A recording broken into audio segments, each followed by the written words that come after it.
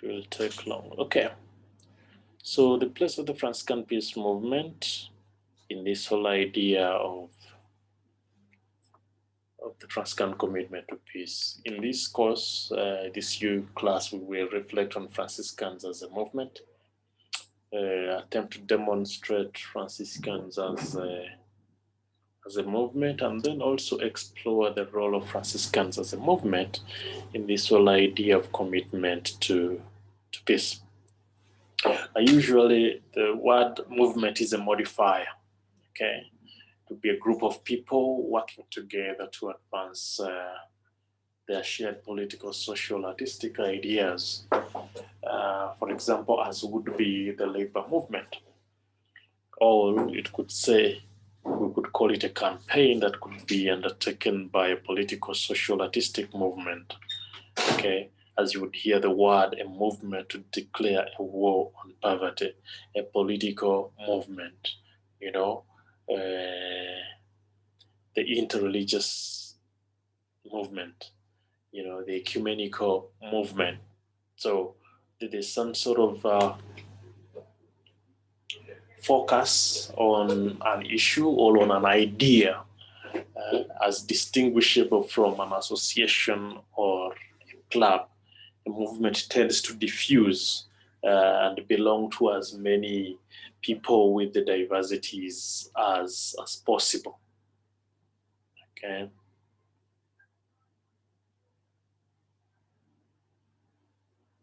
A movement could also be a group of people working together to advance their socio-political and artistic ideas.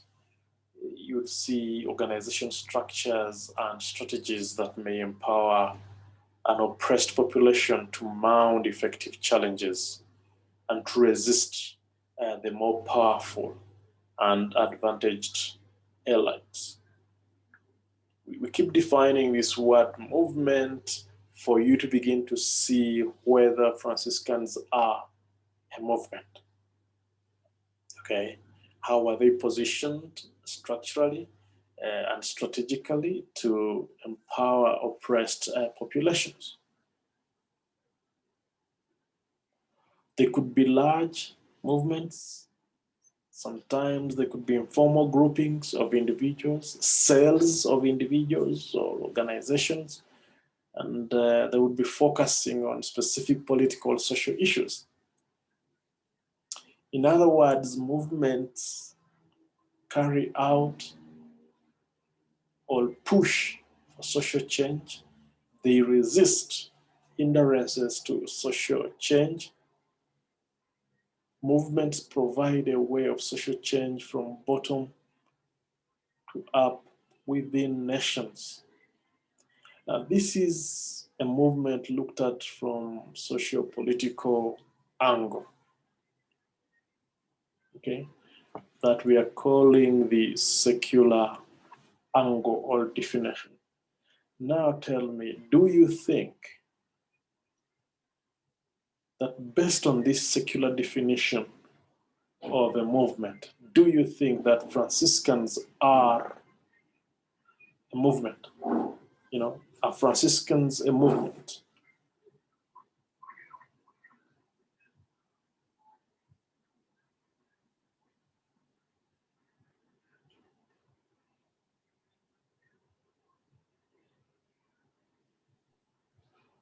Felix? Yeah, it's a movement because we work together, we share ideas, and we aim at achieving something. Are we strategically and structurally organized to challenge injustices in society? What makes you think so, that we are structurally and strategically organized in that way? What do we see? If I use our congregation of my network.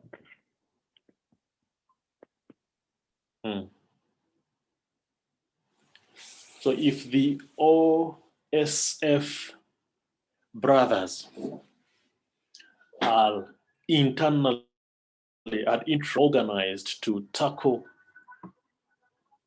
the challenges of the oppressed people.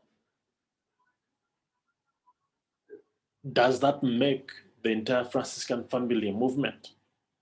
See, the question I'm asking is, we are several groupings of Franciscans, we are several congregations, we are several entities, and the question we're dealing with, are we structurally and strategically organized to identify with and deal with injustices and occasion social change? Yes. Paul, why do you say so? I think we are a movement because we always meet like at the Potinkra, the whole Franciscan family in Kenya, and we share the same ideas, and the discussions they go on, though it is the leadership level.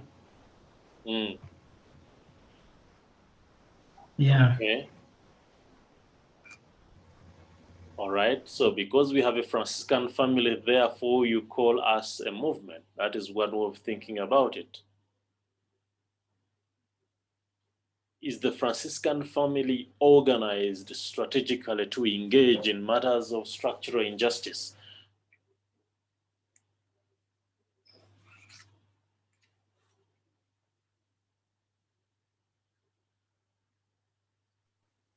So yes, you don't need to have an answer at this point in time, but that's the kind of question we ought to be thinking about. Being one of the largest Catholic groupings, I'm told in Kenya we've now passed the 40 mark of congregations and groupings as members of the Franciscan Family Association. And the real question I'm asking, are we a movement par excellence in the sense of our strategic and structural organization to engage in tackling matters of socio-political injustice as a way of occasioning socio-political change?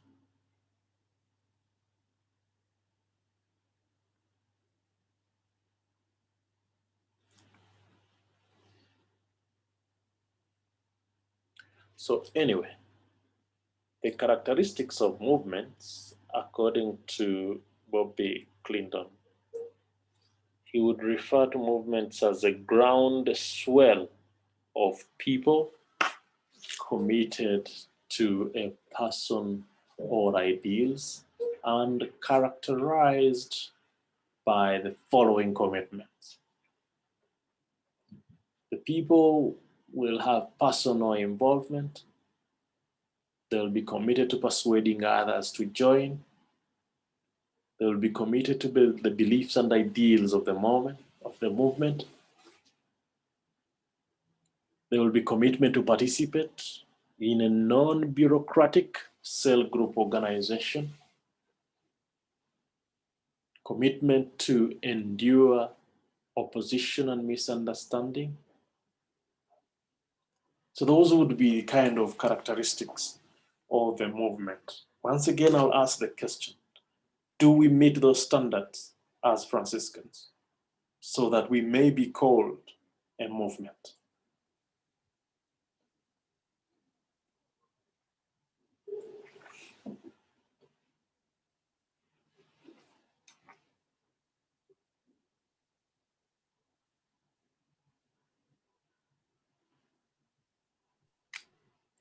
Yeah, no, but not 100%, but we are somewhere.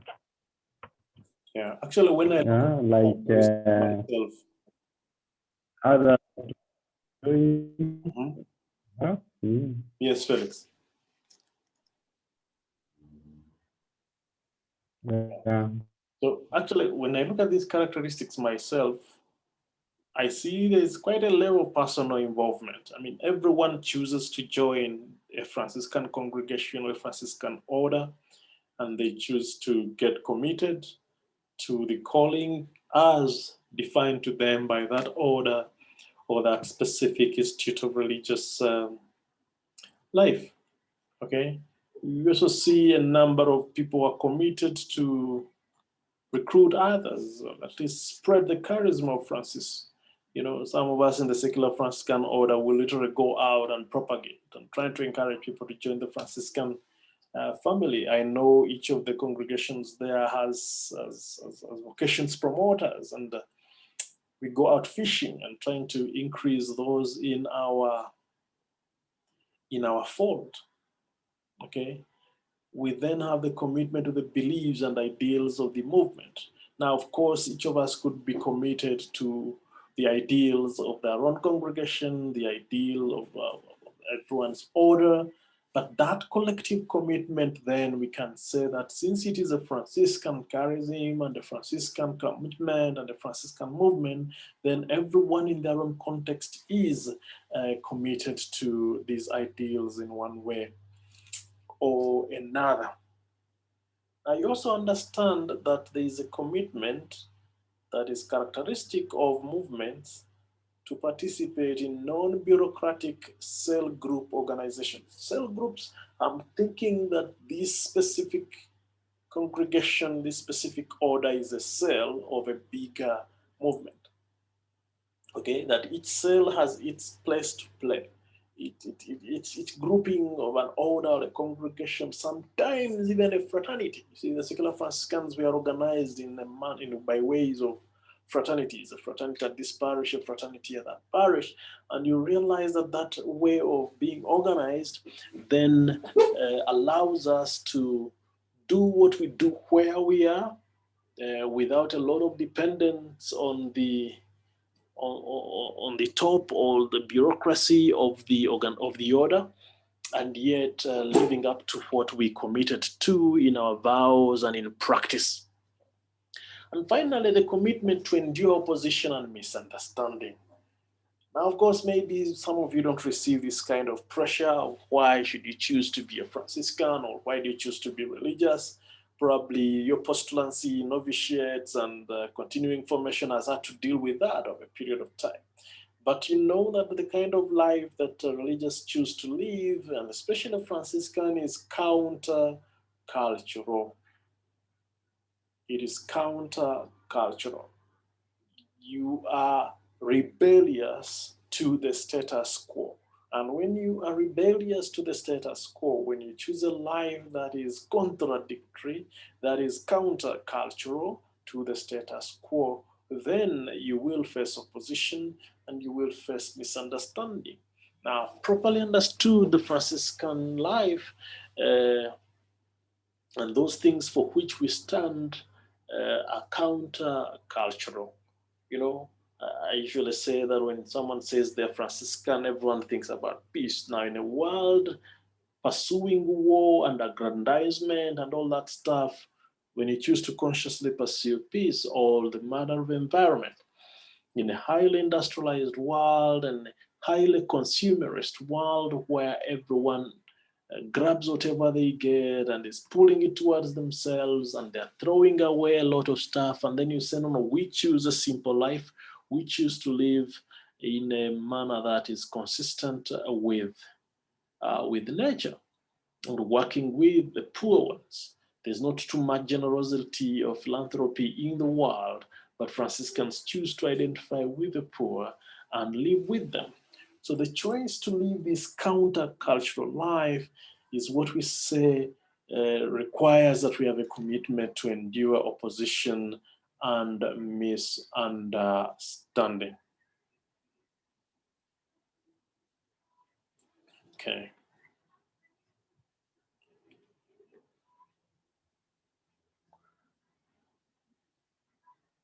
So, in our day and time, how are we living the commandment, okay, the order that we were given? Francis was told, go build up my church. Now, we as Franciscans today, what church are we building? What is it that is fallen?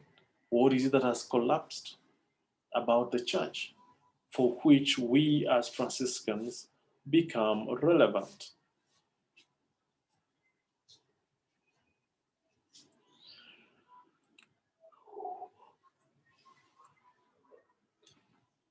Felix?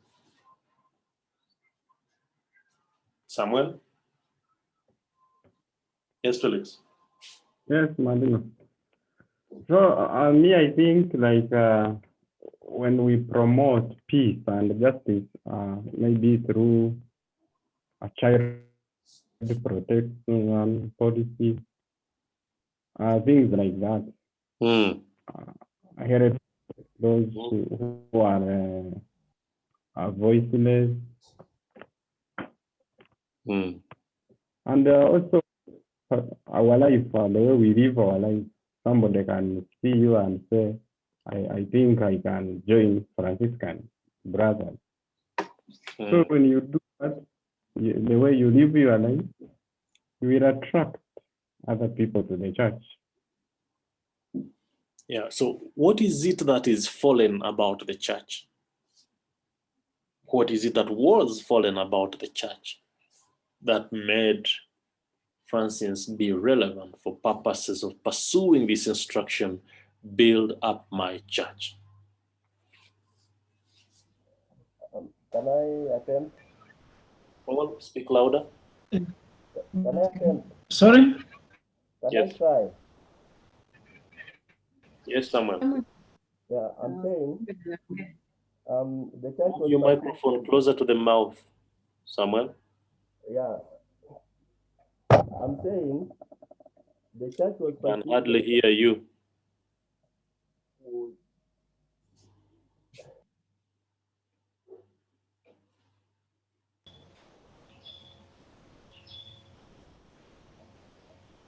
Samuel? Yes, Marim. Yes, Paul.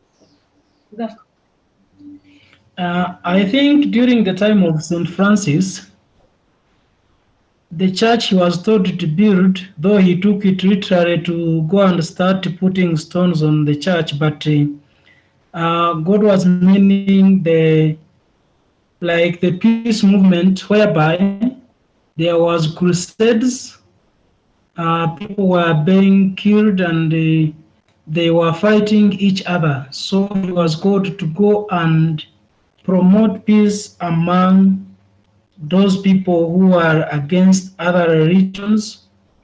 I think in that way, also in the country, or like the 2007 post-election violence that happened in Moro, whereby the Franciscan came in to at least to reunite people. That is the way of building the church, according to me. Okay, so the church was involved in war. But why was the church involved in war?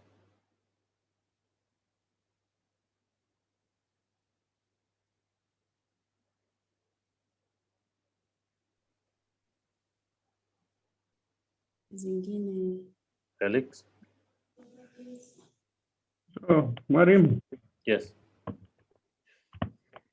this church, I think it can be your heart, your personal life, so that you can convert from your bad ways to good ways.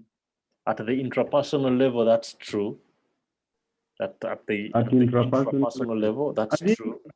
But at this point in time, we are talking about this movement that Francis built, and he has been challenged to go build my church. And we're asking ourselves what had fallen. Paul is telling us the church was always at war, okay? And involvement in war is contrary to the instructions of the King of Peace, for sure. So the next issue we have to find out, going to the root, is why was the church at war?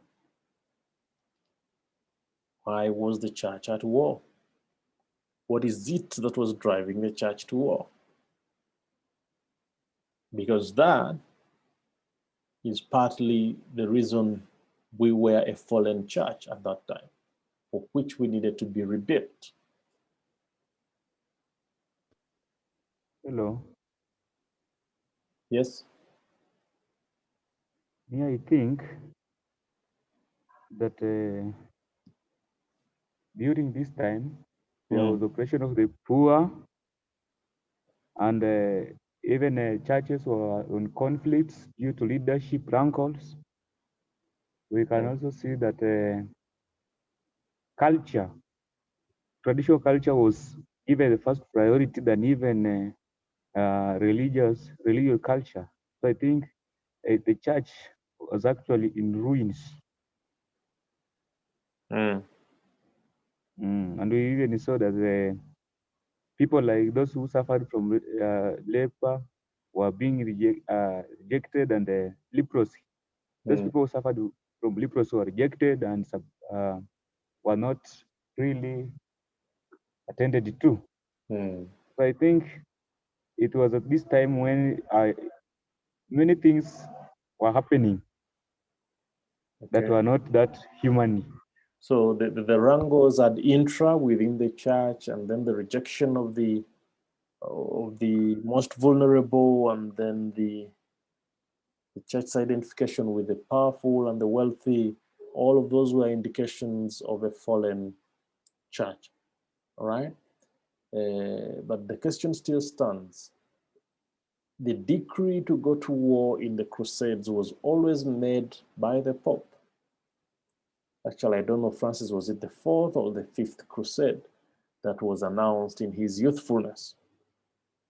I actually think both crusades. One, he attempted to go and didn't go, and the second is when he goes to try and deal with the Damietta experience. But what is it that was driving the church into crusades? What is it that was driving the church into crusades? That's the kind of question I'm asking that we think about. The crusade part, this was a fight between the Muslims and the Christians. And the Christians wanted to go to the Holy Land for prayers or for pilgrimage, but they were to pass through the land of the Muslims who were their enemies. So the Pope was fighting to win the Muslims, so to get the way to access the Holy Land. So were the Crusades an act of faith? Yes, but they were using, they were soldiers, but it's a soldier group of the Pope, being headed by the Pope, because even the tools they were using for fighting, I believe the Pope was giving or providing to fight them. Now, so I hope you guys are aware that the Christians of the early church, and early church means several thousands of years before Francis comes onto the scene, the early church took the teaching of turn the other cheek, walk the extra mile, hand over the tunic literally. Okay? Especially when Christ tells Peter, he who lives by the sword shall die by the sword. So you realize that characteristically, the early Christians, when they were being hunted down by Emperor Nero and Diocletian and all these very dangerous emperors, they literally lay low like envelopes. Actually, it's part of the reason we have so many catacombs under the St. Peter's Basilica, because these Christians would go and pray in hiding. They would go hide below surface level so that they might pray in hiding. So they were literally pacifists in character. Okay? But then you realize that after some time, Christians are no longer pacifist in character. They're not running away from conflict. They're actually offending. Christians now have armies, and the turning point was the conversion of Emperor Constantine. So as long as Christians were not in power, as long as Christians were not in government, as long as the Christians were the hunted, it made sense to be pacifist in character, to hide away from potential aggressors and not to fight back. But when the tide changes and we get a Christian who becomes, an emperor who becomes Christian, so state and religion fuse. Okay, Christianity becomes the religion of the empire. And because it is the religion of the empire, Christianity becomes part of what is spread, okay, as the empire expands. And how does the empire expand? It expands by war.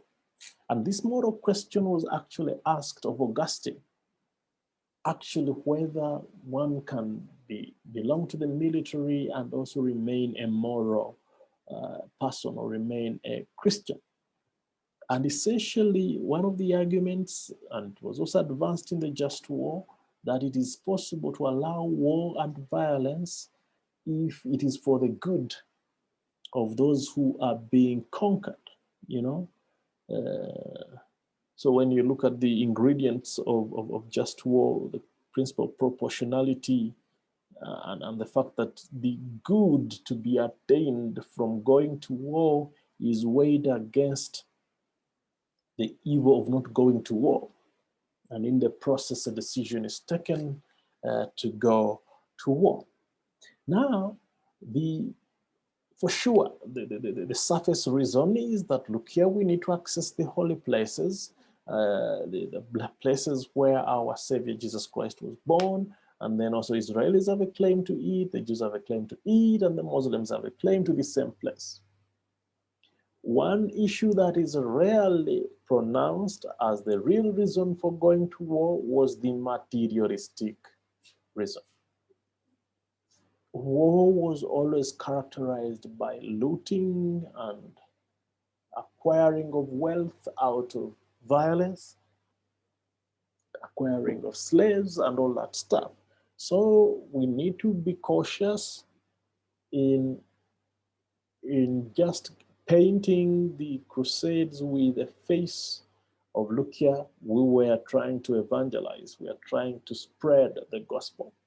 Actually, essentially, the Crusaders were saying you either accept to be baptized or you will have no head to baptize at all. Essentially, that's the reasoning of the Crusader. In the argument of, look here, we are spreading what is good. So yes, that is part of the corruption of the church at that time, and the church needed to be rebuilt. Now, what is it about our church today? What is fallen about our church today that makes Franciscans relevant? Teacher, one question, please. Yes. Now, the wrangles between the Muslims and the Christians, was it materialistic? What was, I've not understood it here. No, I'm saying they had religious and ideological conflicts. But at the bottom of these were materialistic pursuits. I don't know if you remember the discussion between Francis and the cardinal before he asks, when he asks him for permission to go and talk to the Sultan al-Malik. With all the reasoning that Francis had advanced, the cardinal was not seeing it because he was blinded by the achievements that were associated with the war and not with actually concluding the problem between the Muslims and the Christians. Okay, so yes, there are faith and religious reasons for the clashes between Muslims and Christians, but at the bottom of it all is the materialistic gains that were associated with winning a war or with pursuing an enemy in the context of war. Okay.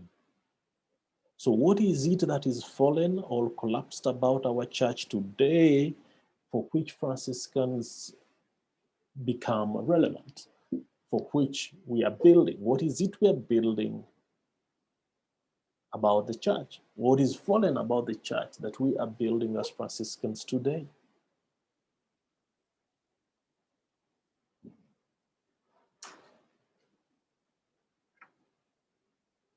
So much competition. Hmm? Teacher, Yes. I think it can be a lot of competitions. Who is in the competing church, with who? in the leaders, by the way, in the church, even in the study, many political leaders, different things. People are now competing about all over. Yeah, but if I'm competing in service delivery, I'm competing to beat you in serving my people. What is the problem with the competition? Teacher, sir, teacher, negative competitions. How? Any specific case you have in mind?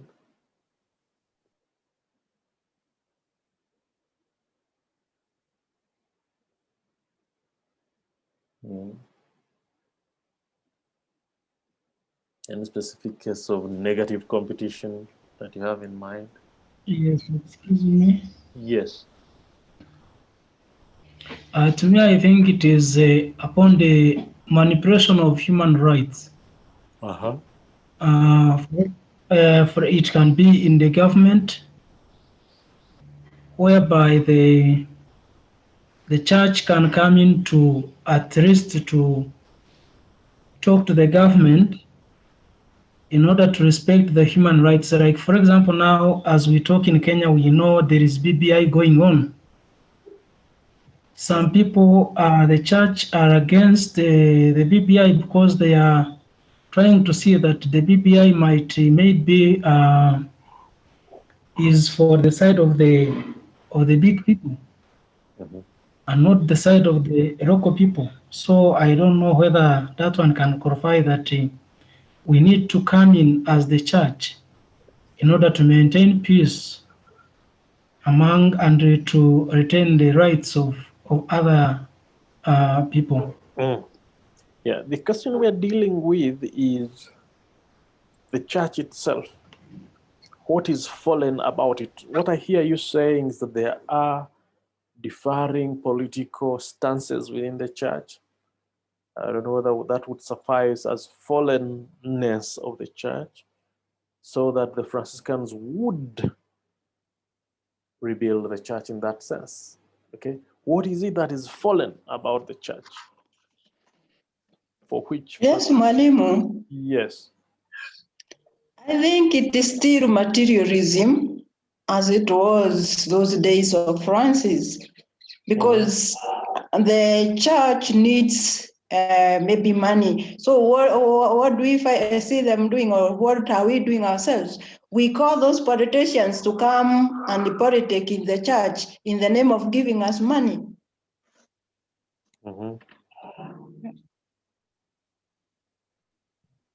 Another thing you can say, there are high cases of immorality, which used to exist before.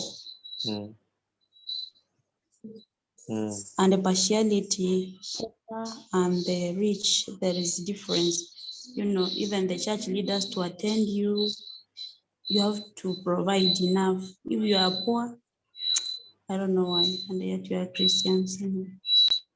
So it is true that in our time and day, a number of ills that existed during Francis's time still persist. You know, for sure, the church has consistently identified with the wealthy and the powerful, okay, with minimal or remote service of the poor. They just tolerate the poor. So that when you get the Franciscan movement, it breaks the boundaries and say, look here, let's serve the people of God, whether they are wealthy or not.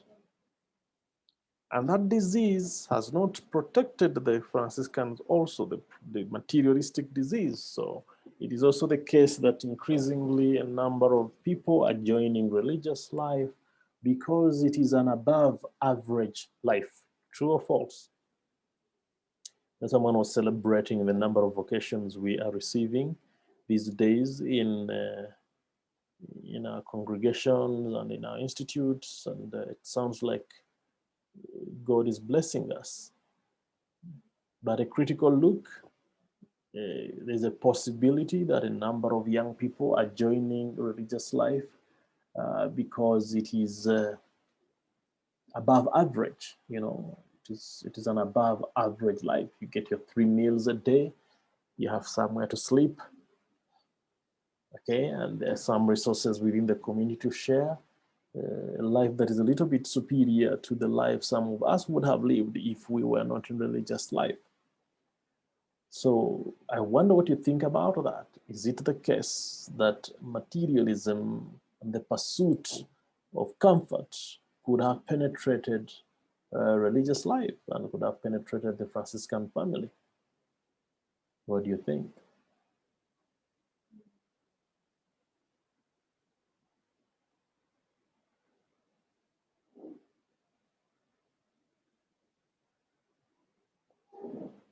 Okay, we will let that pass. Yes. I think I've been very brutal on you. I'm sorry. Hello. Yes. Yes. Good afternoon. Good afternoon. I don't think that is the case. Hello. Yes.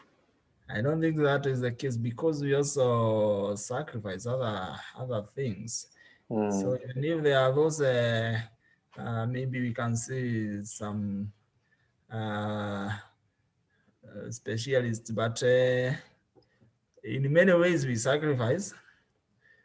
So it doesn't mean that those who are in religious life, they are above average. There is also some challenges.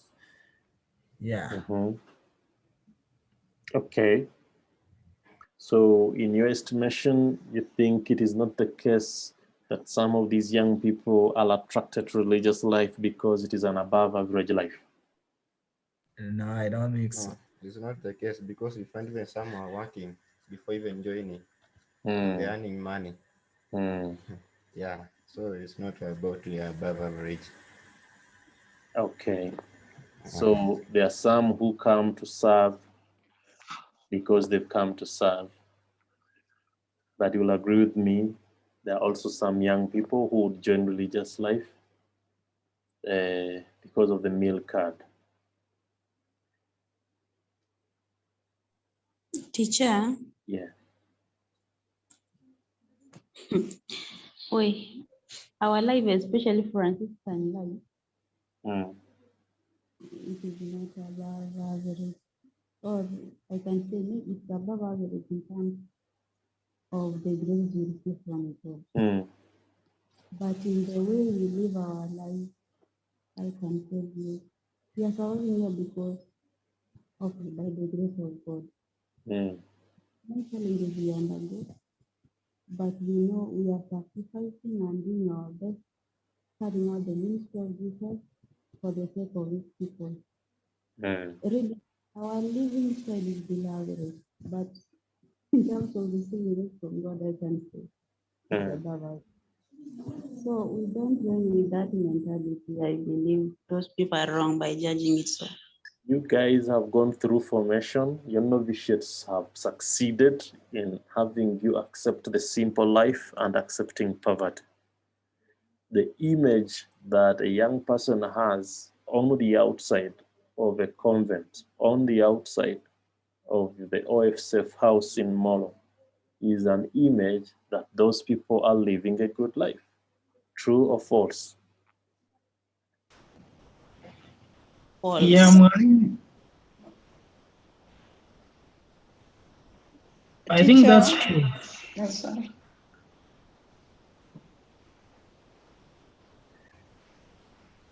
And because of Hello. that, yes, Paul. I think, Marim, what you are saying, it is true. The perception of the young people outside there, it is more of they look at the religious life that you are staying a good life. I can bear witness that I've been going maybe sometimes for vacations. Some they look at the vehicle you are driving. If you come on foot, if you go on foot, you will not get the followers sometimes. And also some they look at you driving. They think that that's the life now, the religious life. Each one might be having given a vehicle. Though the mindset that they have, when they come to the formation, that's where we change the mindset. But the youth outside there, not all of them, But the majority, when they look at the houses we are living in and the lifestyle that we are living in, they think that we are above them. Mhm. Then how do you also, okay, thank you, Paul, for that, affirming the position, but there's also this situation of the religious community where we can start, someone used the word competition earlier,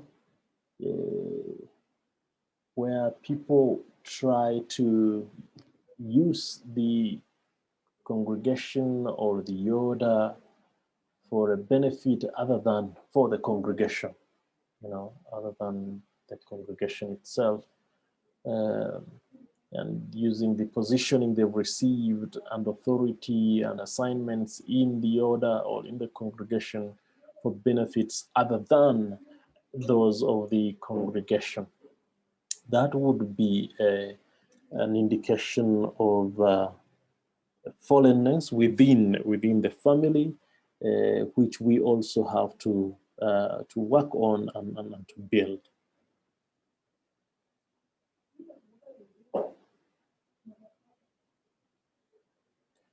Now, the Franciscan movement is characteristic of these men and women whose common vision is identification with the poor, care for creation as a sacred trust, embrace of each person in relationship as sister or brother, commitment to building peace with justice for all. Now, today's followers of Francis and Clare can be recognized by their lived faith in a God of love, by their caring and generous deeds, by their reverence for all creation, and by their daring to live the gospel lives whose values run counter to the culture of their time. That's what I meant by being Franciscan, means being counter-cultural. At a time when everyone is pursuing material wealth, you choose to live radical poverty. At a time when everyone is pursuing power and success, you choose to pursue obedience. At the time when everyone is pursuing sexual perversion and all that stuff, you are choosing to live chastity. Okay. Now, these statistics I'm citing are of the early 90s, so they must have changed. But by that time, we had up to 650,000 Franciscans, 110 countries. They must have grown. Okay, you're talking of at least 35,000 friars then within the first order of the OFM, the conventuals and captains put together, and the third order regular. At that time, we had 60,000 members of the cloistered poor clerks and 155,000 of the third order regular religious brothers and sisters. Now, the secular Franciscans always are the biggest majority, with close to 400,000 single and married men in that category. So we are that huge that if we chose to live our values, that if we chose to live the spirituality as it ought to be lived, we can actually transform the agenda of the globe. Our relevance today would be our ability to deal with the divisions that arise out of the unequal distribution of the world's goods, the universal realization of human rights, challenging repressive states and governments, a pattern of injustice in which the most vulnerable suffer most can be challenged by our movement, and the understanding that Franciscans, because of the choice to live poverty and obedience and chastity, we are without vested interests and can therefore speak with transparency for the downtrodden in society. Okay, we have nothing in it for ourselves.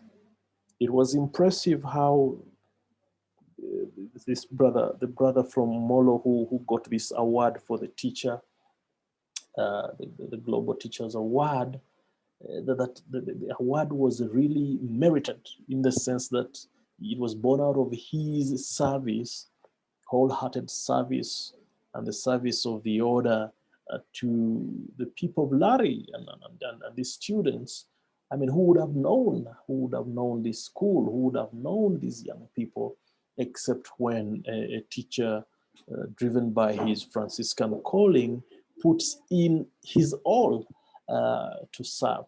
Just imagine a situation where we chose as Franciscans to deliberately give our all in the service of the poor, in the service of the most vulnerable. On the contrary, sometimes what you see is congregations and orders concentrating on self-sustainability. You know, how do we build the structure? How do we set up that infrastructure? How do we grow this business? How do we, sometimes, and it ends up overrunning our duty to be pastoral, our duty to be at the service of those who need us most. So that kind of balance can be necessary for us to remain relevant as a movement. Can you imagine if all the Franciscan groupings collaborated together towards a collective intervention in the systemic and strategic problems of our society? We're talking of 41 congregations. If we all work together towards a common goal of responding to a need in our countries, in our region, oh yes, the impact would really be huge. So some of the injustices in our times for which Franciscans ought to be alert are migrant workers facing discriminations. By the way, for Kenya has not yet ratified the Convention on the Rights of Migrant Workers. And migrant workers are living a very precarious life, just as are refugees and internally displaced persons. Okay, we still have Kakuma, we still have Dadaab, and we have people who are internally displaced, partly because of conflict, partly because of disaster and environmental issues. But recently, we also have people who have been evicted and displaced in Kisumu because of infrastructure engineering for the railway corporation. Yes, the brother was Brother Peter Tabichi, that's right. Yeah, thank you for the reminder. Then we have religious persecution and fundamentalism in the world today. And Franciscans, due to the Damietta experience, remain core to this interreligious movement and interreligious dialogue that pursues to understand the other than being polemic about what the other believes. We also have a manipulation of the economic system in favor of those who are wealthy. The global wealth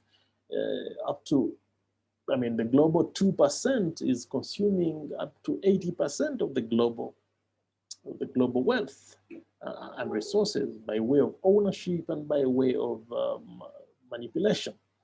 Okay, we also have the challenge of commodification of nature. All right. Now, Franciscans, with all you being in touch with nature and integrity of creation, we cannot close our eyes to the fact that the big pharmaceutical industry, big agri, the big agricultural institutions, and big tech are pulling together their energies to commodify nature. Time is coming when photosynthesis is no longer going to be a natural process. It is going to be something you pay for. Okay, just like right now, this global reset that is coming as a result of COVID, a lot of new inequalities are going to be created. He who owns the vaccine, he who owns the technology that distributes it, increasingly such entities are going to become super controllers of the globe. Okay, then there's this idea of the challenge of incestive or repressive government or oppressive government. What is it that is in our hands as Franciscans to deal with this challenge? Okay, then there's a radical discrimination and economic inequality in our society, and it comes upon us to be able to to think about how we could intervene. Now, of course, now we have this BBI in Kenya, and it has divided people along terrible lines, and then people are playing the hustler card, and I don't know, the dynasty card, and all this stuff. The real question would be, to what extent does this BBI add value to the lives of the people of Kenya? To what extent does this Building Bridges initiative actually build bridges? Okay, now, hope you guys are aware that at the time of passing of this constitution more than 10 years ago, the Catholic Church, the National Council of Churches of Kenya, and the Evangelical Alliance of Kenya were opposed to the constitution on the grounds that it contained some provisions that were objectionable on grounds of faith and morals. Okay, now if this BBI is about building bridges, one would ask themselves, are the bridges with the church being built? Is it enough that the politicians are making donations to the churches? Will that suffice? Is it enough to just dismiss the church issues? Okay.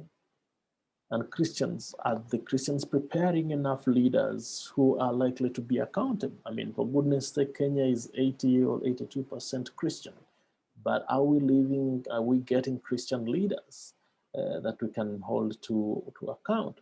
So this whole dynamic is in there, and the Franciscan movement could help actually contribute to dealing with some of these situations. We know a number of Franciscans who are very highly connected to policymakers, highly connected to people in government, highly connected to the judiciary, and you see, how are we using this influence that we have over those in power to influence them towards the good?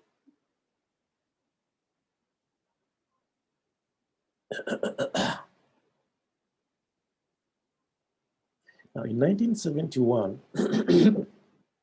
we had the Synod of Bishops and released a document which was called Justitia in Mundo, okay, Justice in the World. Paragraph 6 of Justitia in Mundo contains this portion.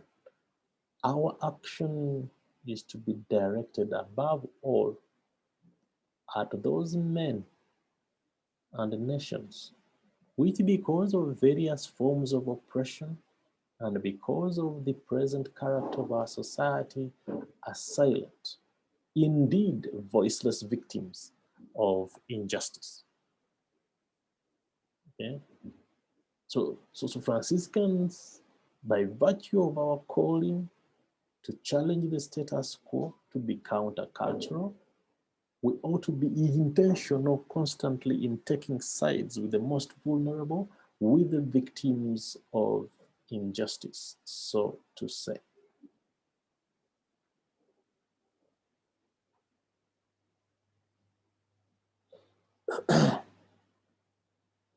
We also know,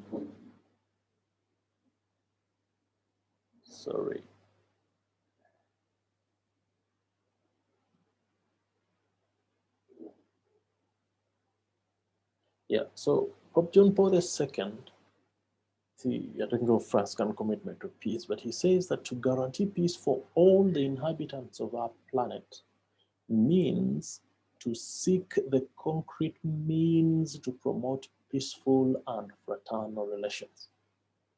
So it is therefore not through opportunism nor thrust for novelty that the church defends human rights.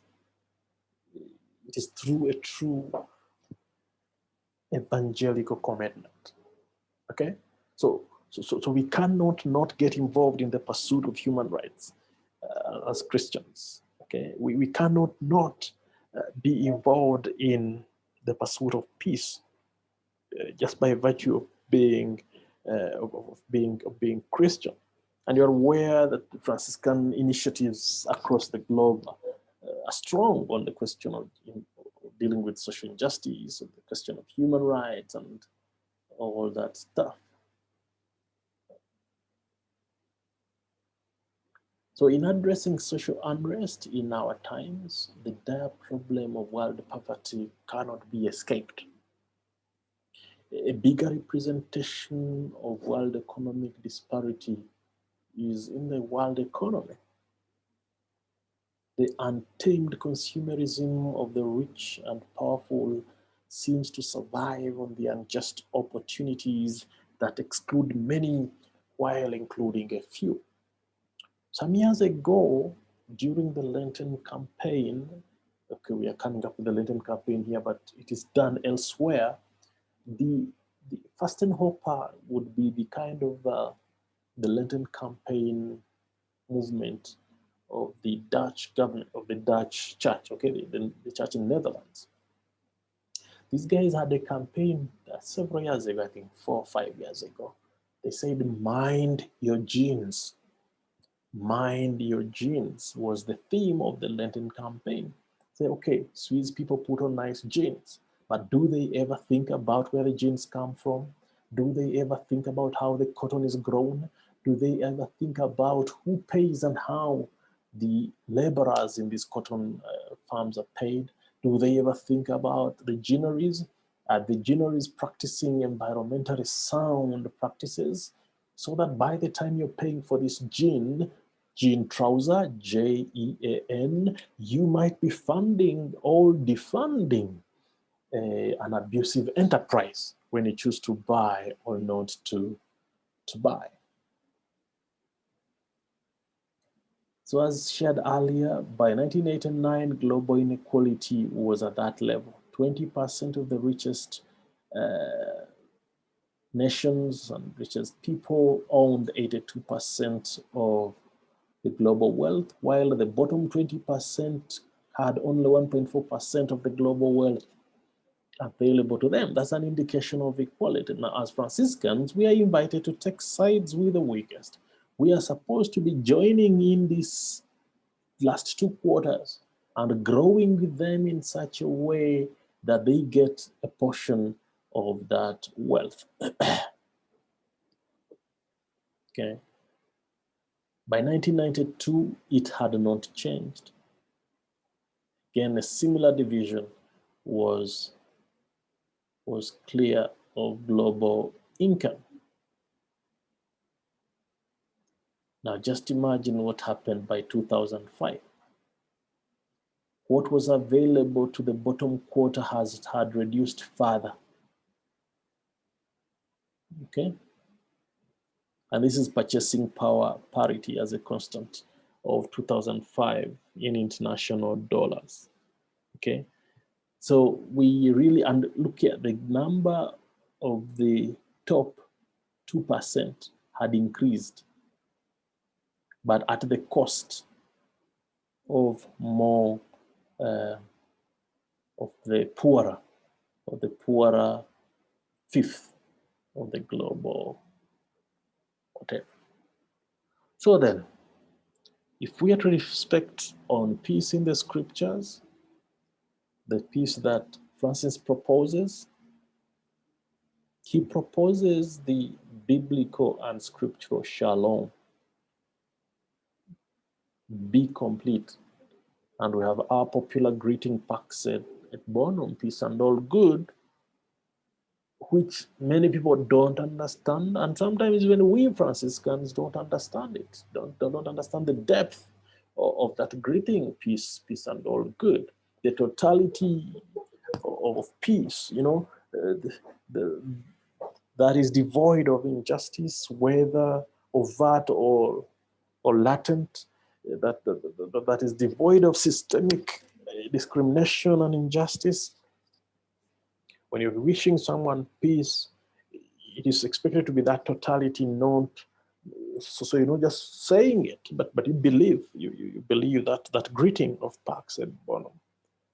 Okay, so scripturally we say Yahweh covenants with his people, and the covenant is a covenant of peace. Okay, that have to be restored every time they break these covenants.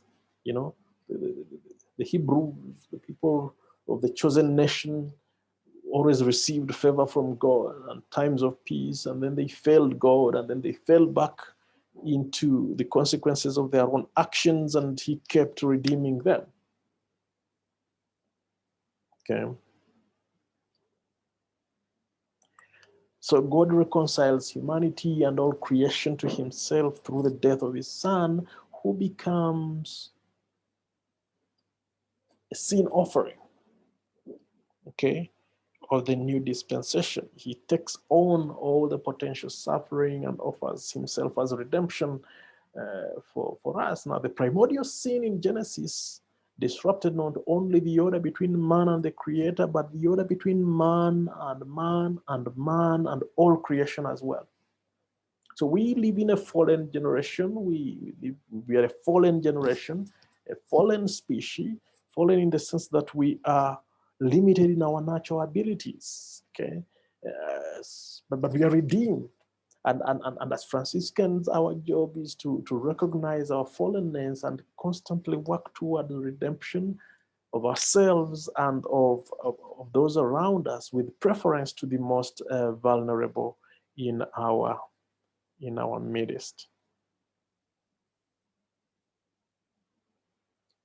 So the image of the invisible God, who is the firstborn of all creation, and even though he was in the form of God, he did not even account equality with God. He lowered himself to the lowest. But in that, he conquers the dominions and principalities, all powers. Now, there's something that we don't take seriously sometimes as Franciscans, or a few of us do actually, those who've been gifted with the gift of exorcism. But it is the case that as we walk this world, our souls are competed over between good and evil, okay?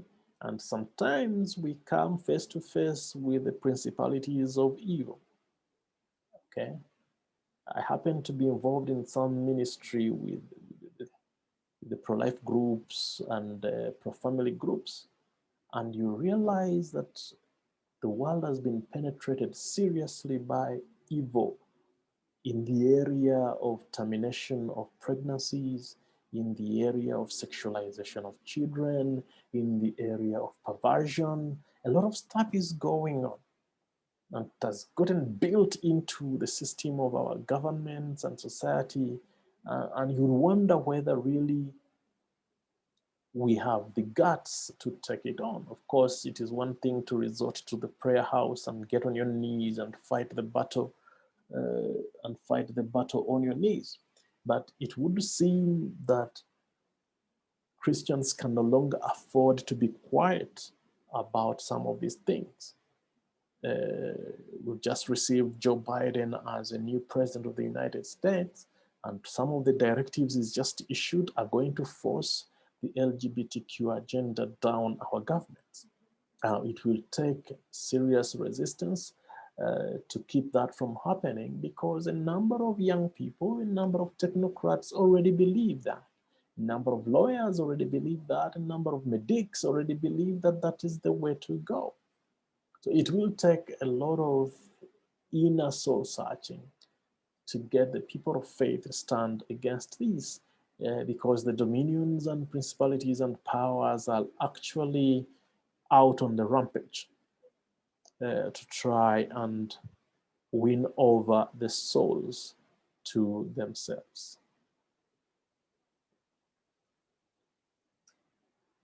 Okay.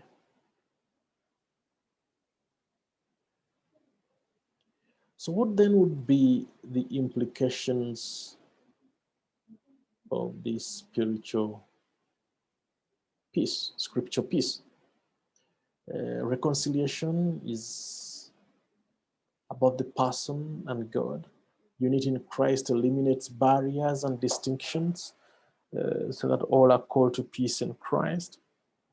The whole of creation is touched by the reconciliation achieved in Christ.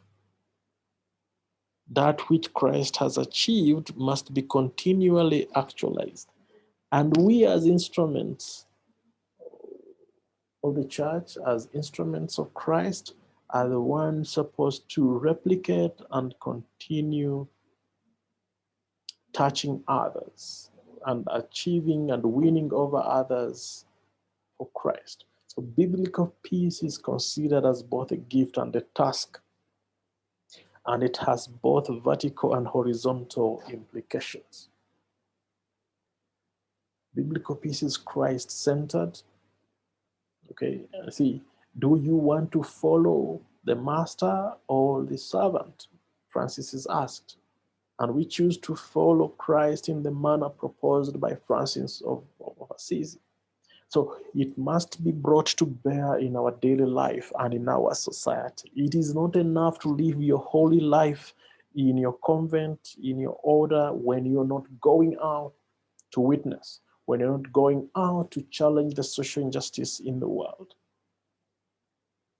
The scriptural peace is both religious and social. That explains why we do the greeting of Shalom. And that is the call that is out there for all of us as Franciscans.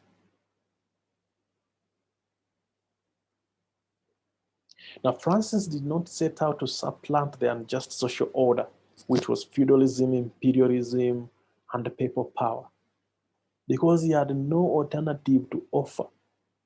All he offered was a gospel life, and he ended up catalyzing social change. Turn the other cheek. My follower shall not carry a sword.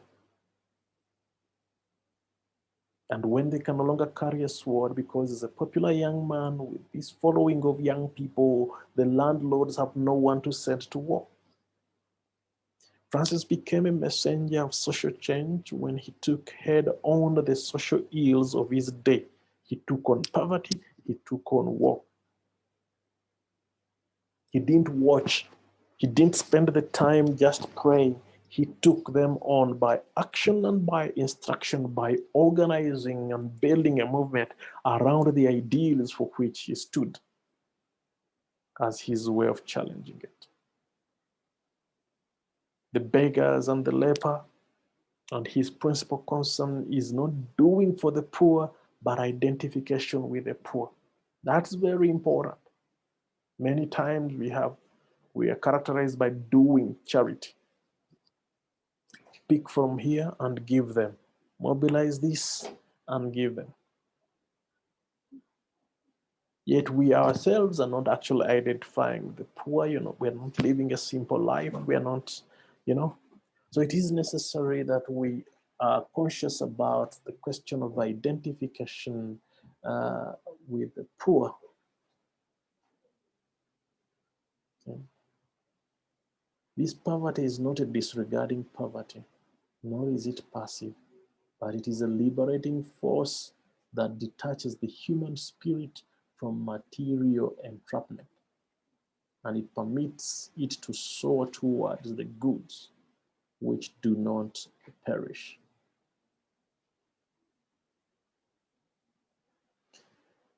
Yes. So the popular expression of Helder Camara, when I feed the poor, they call me a saint, but when I ask why the poor are hungry, they call me a communist. This Archbishop of Recife in Brazil gives us the challenge of faith doing justice. Okay, and that leads us to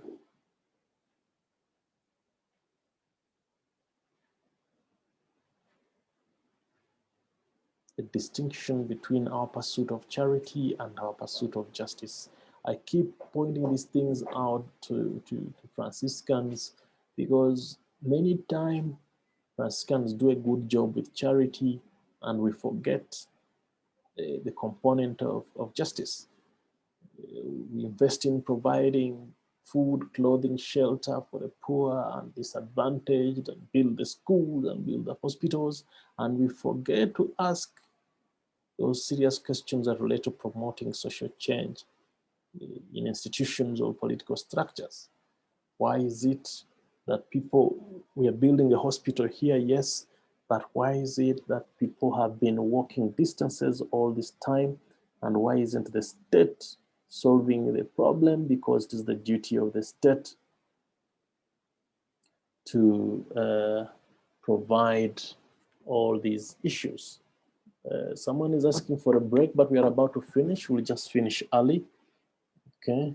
Then the idea of distinguishing charity from justice as a way of knowing that charity deals with the direct effects of injustice.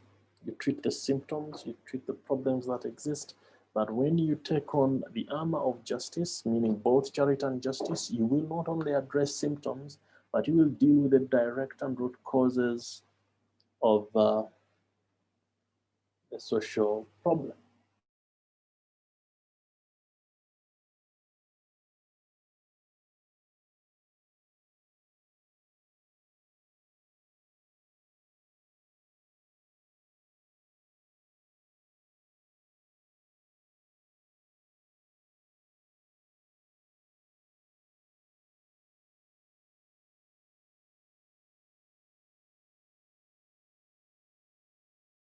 Is the question of targeting the root causes and not just the symptoms.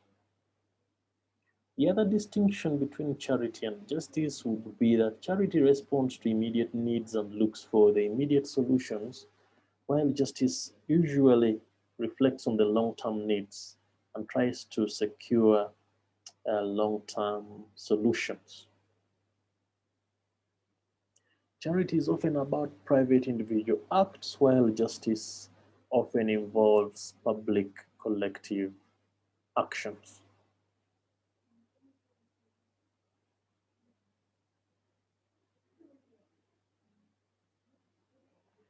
When you are in the habit of doing charity, chances are you will be calming people down. You will not be empowering people to question. In the process, sometimes you only sustain the abuse and the injustice. But when you pursue both charity and justice, yes, you will provide the charitable stuff to people, but you will be empowering them to ask questions, to participate in the governance processes, to attend the MCA and ward barazas, and make sure that the challenges they are facing are solved. Okay. Finally, charity does one thing. It has a way of making you just feel good about what you've done without necessarily changing the situation in which someone is. Okay. Now, we have already discussed the question of war and the crusade and the choice of Francis to engage the penitents and asking them not to carry arms as his way of challenging the warrior's nature of the people of the day. Now, the Franciscan religious could be part of a counterculture. When they choose to live a simple life, we fly in the face, or we slap in the face a consumerist world. When we choose to live a chaste and celibate life, this allows us not to be manipulated by the investors in the sex industry. When we choose to be voluntarily obedient, we undercut the tyrannical imposition of will by those who govern over those who are governed. Okay? That is one way in which the movement can do what it has to do. Franciscan peace today is characterized by a number of organizations that are Franciscan. I only list a few: Franciscan Action Network, Justice and Peace and Integrity of Creation, several offices in several congregations, and the Danieta Peace Initiative. We have Pace Bene, we have Franciscans International. These guys operate at a global and regional level to engage with the evils and the issues they usually tackle: resource conflict and mining, human trafficking, human rights advocacy, nonviolent action, mediation and reconciliation, challenging the proliferation of small arms, the question of internal displacement, refugees, and migrants. Okay. So these are two nuns. One of them is Sister Lillian Cramming, founder of SAPIA, and this is Sister Mary Francis, I think the current director of JPIC Franciscans Africa. They were at the UN office. Here you could notice some faces. If we have any little sister on the call, this is Sister Mary Francis. This is Brother Joe Ehart Masumbuko. I've used the name before. And then this is Brother Philip, OFM from Rwanda at that time. And this is myself, who were engaging with Chenaya Bonai and his assistant, Special Rapporteur on the rights of internally displaced persons. At that time, we're doing advocacy from IDPs from Lower Subukia. This is a secular Franciscan who was involved in advocacy at the Franciscans International in UN, and this is the Patricia from the Little Sisters of St. Francis, and Sister Odile from the Franciscan Missionaries of Mary. So this is a kind of engagement by Franciscans on global issues and speaking on behalf of people at the grassroots. Franciscans also get into serious activism on the streets, pushing the pro-life message, matters environment, and things like that. So it is common for Franciscans to get involved in public action and not just remaining in the convent and in the prayer houses. Okay. The ideal would be, to what extent do we push or deliver a little bit of our Franciscanism and our action as Franciscans into the hearts and minds of the young people who we form or who we take care of. Okay, this is Rio Plus 20 in 2012. Yes, 2012. I think I had the opportunity of joining the global JPIC teams in Brazil. That time when we were challenging the idea of the commodification of nature. People were using the climate change movement to own nature. Okay, so thank you very much for listening. If you don't have any questions, we can end here. If you have questions, I'll be willing to take them, so that other than the break, we just finish early. It is 3:30 now.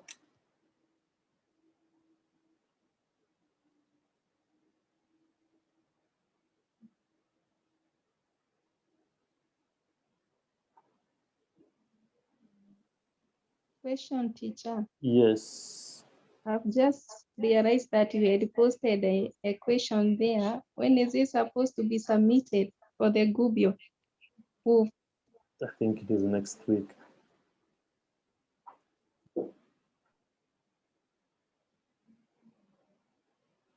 It must be next week.